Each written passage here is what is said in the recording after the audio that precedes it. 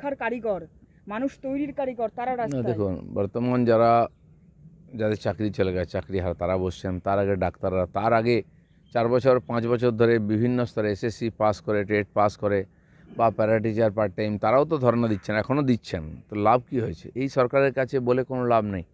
যারা ভুল করে তারা শুধরে নেয়, যারা অন্যায় করে না, তারপরে অন্যায় করতেই থাকে, আর সেটাকে ঠিক বলে জাস্টিফাইজ করার চেষ্টা করে, যেটা মমতা ব্যানার্জি করছেন। এদের কাছ থেকে কোনো আশা নেই। আগেরগুলো কী হবে আমি জানি না, কিন্তু যারা বর্তমান চাকরিহারা 18,000, তাদের সমস্যার সমাধান কোর্টই করতে পারে। সেজন্য মমতা ব্যানার্জি কোর্টে যাবেন না, কারণ সমাধান চান না, কিন্তু তারা যান, বা অন্য পক্ষ যারা লড়েছেন, বা বিকাশবাবুর মতো লোকেরা যারা এই কেসটা নিয়ে পুরো লড়েছেন, তাদের কাছে গিয়ে এই সমাধানটা চাওয়া উচিত কোর্টের কাছে, যে এই 18,000 লোকের চাকরি দিন এবং ডকুমেন্ট সাবমিট করা উচিত। এটাই রাস্তা, আমার মনে হয় এটাই হওয়া উচিত।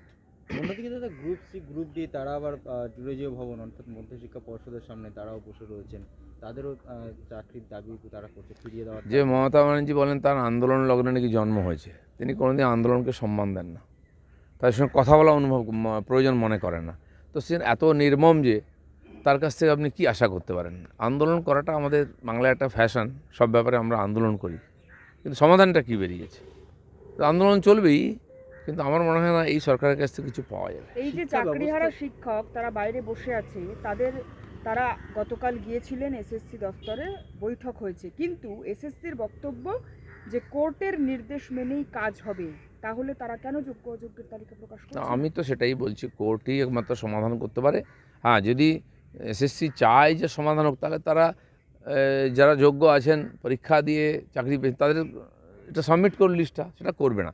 তো সেই জন্য এদের সঙ্গে বৈঠক করা মানে খালি টাইম কিলিং করা, সময় নষ্ট করা। ওরা সেটাই চাইছে, আস্তে আস্তে ঠান্ডা হয়ে যাবে, আরজিকের যেমন ঠান্ডা হয়ে গেছে, এটাও ঠান্ডা হয়ে বেশি দিন এদের দম থাকবে না, কারণ এদের সংসার চালাবার জন্য অন্য কাজে যেতে হবে।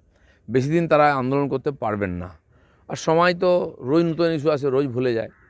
সংসার চালানোর প্রসঙ্গে বলি, ব্রাত্য বসু তিনি বলছেন যে যে নিয়ম মোতাবেক মাইনে পেতেন, স্যালারি পেতেন এই শিক্ষকরা, সেই স্যালারি প্রদান করা হবে সরকারের তরফ থেকে। কবে?